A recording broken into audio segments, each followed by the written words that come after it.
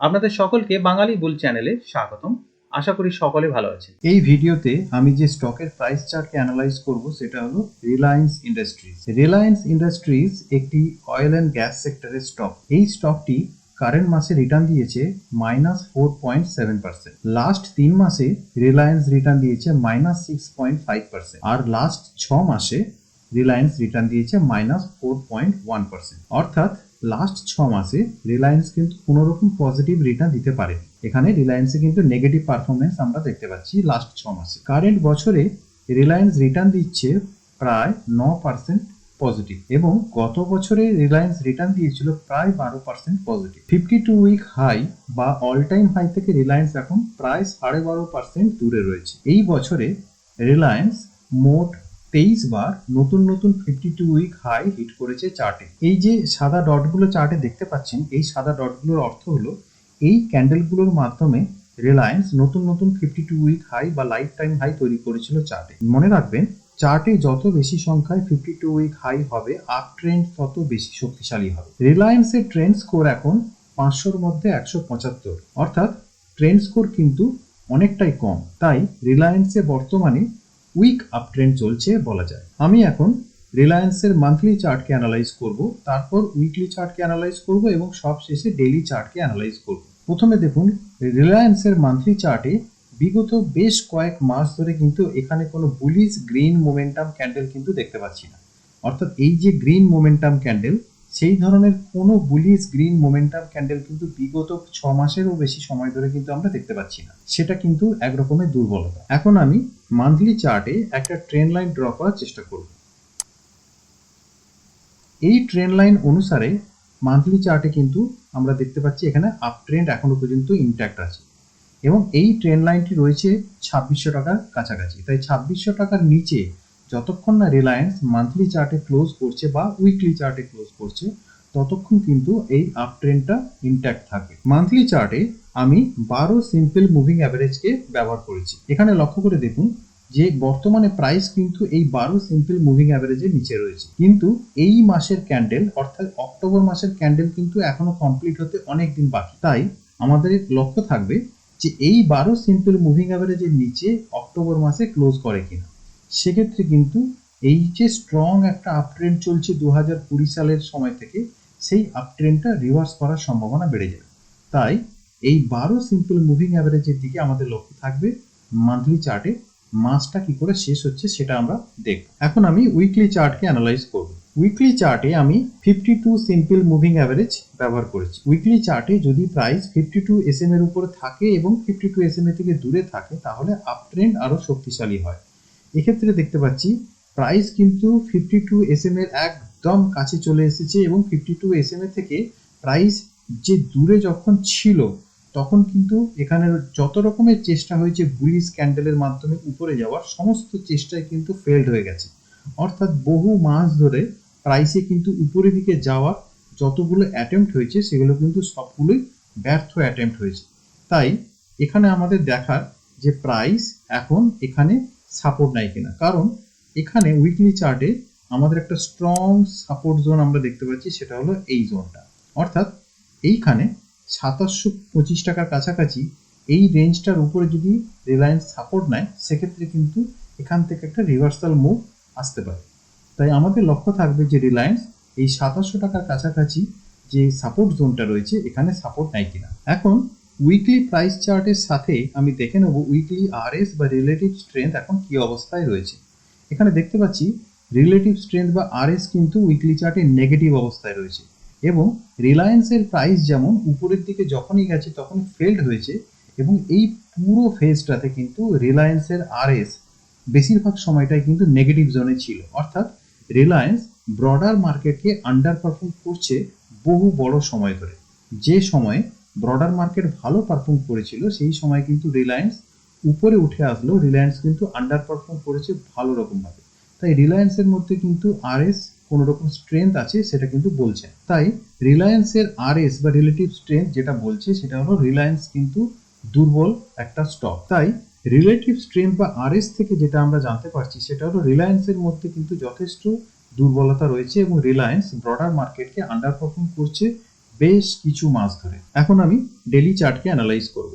Daily চার্টে আমি 63 moving average এবং 200 মুভিং অ্যাভারেজ ব্যবহার করেছি। এক্ষেত্রে লক্ষ্য করে দেখুন যে প্রাইস এখন 63 মুভিং অ্যাভারেজের নিচে রয়েছে এবং 200 মুভিং অ্যাভারেজের নিচে রয়েছে, এবং 63 মুভিং অ্যাভারেজ থেকে প্রাইস এখন যথেষ্ট দূরে রয়েছে। আমরা ভালো করে জানি যে এই 63 মুভিং অ্যাভারেজের থেকে প্রাইস যদি উপরে থাকে এবং মুভিং অ্যাভারেজ থেকে দূরে থাকে, সেক্ষেত্রে কিন্তু সেটা ইন্ডিকেট করছে স্ট্রং বুলিশ মোমেন্টামের দিকে। কিন্তু এর উল্টোটা যদি হয়, অর্থাৎ 63 মুভিং অ্যাভারেজের নিচে যদি প্রাইস থাকে এবং 63 মুভিং অ্যাভারেজ থেকে অনেকটা দূরে যদি প্রাইস থাকে, সেক্ষেত্রে কিন্তু অনেক স্ট্রং বিয়ারিশ মোমেন্টামকে ইন্ডিকেট করে। এক্ষেত্রে কিন্তু প্রাইস অনেকটাই দূরে রয়েছে। তাই প্রাইস যদি খুব তাড়াতাড়ি 63 মুভিং অ্যাভারেজের উপরে না উঠে আসতে পারে, সেক্ষেত্রে কিন্তু যখনই রিলায়েন্সের বাউন্স আসবে তখন কিন্তু স্ট্রং সেলিং প্রেসার আসার সম্ভাবনা বেশি। এখানে যে ডিমান্ড জোনটা আমরা ড্র করেছিলাম সেটা কিন্তু রয়েছে 2750 এর কাছাকাছি। তাই রিলায়েন্স যদি কোনোভাবে এই ডিমান্ড জোনের কাছাকাছি আসে, সেক্ষেত্রে কিন্তু এই ট্রেন্ড লাইনের নিচে আমরা স্টপ লস রেখে আমরা রিলায়েন্সকে অ্যাকুমুলেট করতে পারি। ট্রেন্ড লাইনটা রয়েছে কিন্তু 2600 টাকার কাছাকাছি, তাই 2600 টাকার নিচে স্টপ লস রেখে আমরা রিলায়েন্সকে 2750 থেকে 2650 এই রেঞ্জের মধ্যে অ্যাকুমুলেট করার চেষ্টা করতে পারি, অবশ্যই ছোট টার্গেটের জন্য, কারণ রিলায়েন্স এখন দুটো গুরুত্বপূর্ণ মুভিং অ্যাভারেজ থেকে অনেকটা দূরে রয়েছে নিচের দিকে। এখন আমি ডেলি চার্টে একটা টুল ব্যবহার করেছি, সেটা হলো ট্রেন্ড ব্যান্ড। শক্তিশালী আপ ট্রেন্ড চলাকালীন প্রাইস এই ট্রেন্ড ব্যান্ডের উপরে থাকে, কিন্তু এই ট্রেন্ড ব্যান্ডের ভিতরে যখন প্রাইস থাকে তখন চার্টে ছোট কারেকশন বা সাইডওয়েজ ট্রেন্ড চলে। কিন্তু ট্রেন্ড ব্যান্ডের নিচে প্রাইস যদি চলতে শুরু করে, সেক্ষেত্রে কিন্তু আপ ট্রেন্ড দুর্বল হয়ে পড়ে। এখানে দেখতে পাচ্ছি রিলায়েন্স কিন্তু এখন ট্রেন্ড ব্যান্ডের ভিতরে প্রবেশ করেছে এই রেড বিয়ারিশ ক্যান্ডেলটির মাধ্যমে। এর আগে যখনই রিলায়েন্স এই ট্রেন্ড ব্যান্ডের ভিতরে প্রবেশ করেছে, তখন একটা ছোট কারেকশন দিয়ে তারপরে নিচে কনসোলিডেট করে তারপরে এখান থেকে আবার উপরের দিকে ব্রেকআউট দিয়ে র্যালি করেছে। এক্ষেত্রে আমরা দেখার চেষ্টা করব যে রিলায়েন্স এই ট্রেন্ড ব্যান্ডের নিচে আরো কতটা নামে, কারণ এই ট্রেন্ড ব্যান্ডটা একটা স্ট্রং ডিমান্ড জোনের কাজ করে। এই ট্রেন্ড ব্যান্ডের লোয়ার পয়েন্টটা কিন্তু রয়েছে 2560 টাকা, অর্থাৎ এই ট্রেন্ড লাইনটা যেখানে রয়েছে 2600 টাকা, সেই জায়গাটাতেই কিন্তু ট্রেন্ড ব্যান্ডের লোয়ার পয়েন্টটা রয়েছে। তাই এই 2560 টাকার মধ্যে রিলায়েন্স যদি সাপোর্ট নিয়ে নেয়, সেক্ষেত্রে কিন্তু একটা স্ট্রং বাইং প্রেসার আসার সম্ভাবনা বেশি। ডেলি চার্টে এখন আমি র্যালিগুলোর সাইজের সাথে কারেকশনগুলোর সাইজকে তুলনা করে বুঝবো চার্টে বুলিশ মোমেন্টাম আদৌ কতটা শক্তিশালী রয়েছে। এখানে লক্ষ্য করে দেখুন রিলায়েন্সে কিন্তু এই জায়গাটায় র্যালির সাইজ ছিল অনেক বড়, কিন্তু তারপরে এই যে র্যালির সাইজটা সেটা কিন্তু অনেক ছোট তার আগের র্যালির তুলনায়। এবারে কারেকশনগুলো কিন্তু দেখতে পাচ্ছি ছোট ছোটই রয়েছে, কিন্তু র্যালির সাইজটা কমে গেছে, এটা হচ্ছে একটা নেগেটিভ পয়েন্ট। এবারে দেখবো আমরা যে কারেকশনের সাইজগুলো ক্রমশ বাড়ে কিনা, সেটা কিন্তু আরো নেগেটিভ হয়ে যাবে। তাই আমরা পরবর্তীকালে লক্ষ্য রাখবো রিলায়েন্স কিভাবে রিয়াক্ট করছে এবং কারেকশনের সাইজটা রিলায়েন্সে কেমন হচ্ছে। এখন আমি স্টকের ডেলি চার্টের সাথে স্টকটি যে সেক্টরের তার ব্রেথ চার্টকে তুলনা করে বুঝবো স্টকটি সেক্টরকে আউটপারফর্ম করতে পারছে কিনা। রিলায়েন্স যেহেতু অয়েল সেক্টরের স্টক, এখানে দেখতে পাচ্ছি যে অয়েল সেক্টরের 33% স্টক এখন আপ ট্রেন্ডে চলছে, কিন্তু 66% স্টক এখন ডাউন ট্রেন্ডে চলছে। অর্থাৎ অয়েল সেক্টরে কিন্তু বুলিশ আপ ট্রেন্ডে চলা স্টকের সংখ্যা অনেকটাই কমে গেছে। এখানে কিন্তু বেয়ারিশ ট্রেন্ডের স্ট্রেংথ কিন্তু ধীরে ধীরে অনেকটাই বেড়ে গেছে। আবার এখানে দেখতে পাচ্ছি বুলিশ স্ট্রেংথ এবং বেয়ারিশ স্ট্রেংথ, এই যে লাইনটা আগের তুলনায় কিন্তু বুলিশ স্ট্রেংথ অনেকটাই কমে গেছে। এখানে এখন দেখার যে এই বেয়ারিশ স্ট্রেংথ অর্থাৎ এই গোলাপি লাইনটা ধীরে ধীরে উপরের দিকে উঠে আসে কিনা, তাহলে কিন্তু অয়েল সেক্টরে আরো সাপ্লাই প্রেসার অর্থাৎ আরো কারেকশনের সম্ভাবনা বেড়ে যাবে। এখন আমি রিলায়েন্সের ডেলি চার্টের সাথে নিফটির ডেলি চার্টকে তুলনা করব। লক্ষ্য করে দেখুন নিফটি কিন্তু এখনো পর্যন্ত 63 সিম্পল মুভিং অ্যাভারেজের উপরে রয়েছে এবং 200 সিম্পল মুভিং অ্যাভারেজের উপরে রয়েছে, এবং নিফটি ট্রেন্ড ব্যান্ডের উপরে রয়েছে। রিলায়েন্স কিন্তু 63 সিম্পল মুভিং অ্যাভারেজের নিচে রয়েছে, 200 মুভিং অ্যাভারেজের নিচে রয়েছে এবং ট্রেন্ড ব্যান্ডের আপার যে জোন সেই জোনের নিচে রয়েছে। অর্থাৎ রিলায়েন্স কিন্তু নিফটির তুলনায় সব দিক থেকে আন্ডার পারফর্ম করছে এবং নিফটির তুলনায় যথেষ্ট দুর্বল একটি স্টক। রিলায়েন্সে বুলিশ মোমেন্টাম এখন কেমন তা বোঝার জন্য আমি তিনটে টাইম ফ্রেমে আরএসআই কোন জোনে আছে তা দেখে নেব। উইকলি ও মান্থলি আরএসআই 60-এর উপরে থাকলে তাকে বলা হবে স্ট্রং বুলিশ, কিন্তু 50 থেকে 60-এর মধ্যে থাকলে সেটা হচ্ছে বুলিশ, কিন্তু 50-এর নিচে থাকলে সেটা হলো বেয়ারিশ।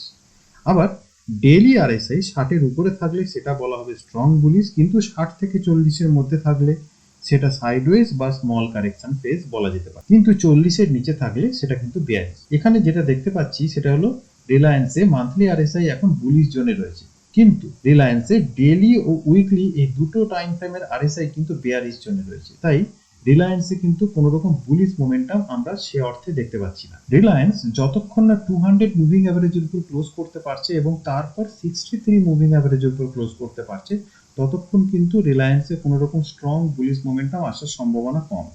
এখানে দেখুন, লক্ষ্য করেছি 63 মুভিং অ্যাভারেজের উপর রিলায়েন্স যখনই উপরে ব্রেকআউট দিয়েছে তখন কিন্তু উপরে কোনো রকম র্যালি করতে পারেনি এবং সঙ্গে সঙ্গে উপর থেকে রিভার্স করে আবার নিচে চলে এসেছে। তাই এরপরে যখনই রিলায়েন্স 63 মুভিং অ্যাভারেজের উপরে উঠে আসবে তখন কিন্তু রিলায়েন্সকে নন স্টপ উপরের দিকে বুলিশ মুভ দিতে হবে, আদারওয়াইজ কিন্তু ফেলড অ্যাটেম্প্ট হয়ে যাবে। তাই সেটা কিন্তু আমরা পরবর্তীকালে চার্টে লক্ষ্য রাখবো। এখানে যেটা দেখতে পাচ্ছি, রিলায়েন্সের যে স্ট্রং ডিমান্ড জোন রয়েছে সেটা কিন্তু প্রায় 2600 টাকা থেকে 2750 এই রেঞ্জটাতে, এবং এই 2600 টাকার কাছাকাছি রয়েছে কিন্তু এই ট্রেন্ড লাইন এবং এই ট্রেন্ড ব্যান্ডের লোয়ার জোন।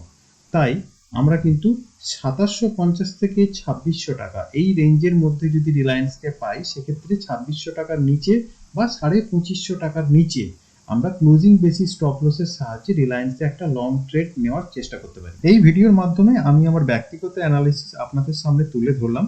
এটা কোনো বাই সেল পরামর্শ নয়। আপনাদের কাছে অনুরোধ রইল আপনারা ভালোভাবে চার্ট ও রিস্ক রিওয়ার্ড অ্যানালাইজ করে সিদ্ধান্ত নেবেন। ভিডিওটা যদি ভালো লেগে থাকে তাহলে লাইক আর সাবস্ক্রাইব করতে অনুরোধ রইল। দেখা হচ্ছে পরের ভিডিওতে। শিখতে থাকুন, সুস্থ থাকুন, এগিয়ে চলুন।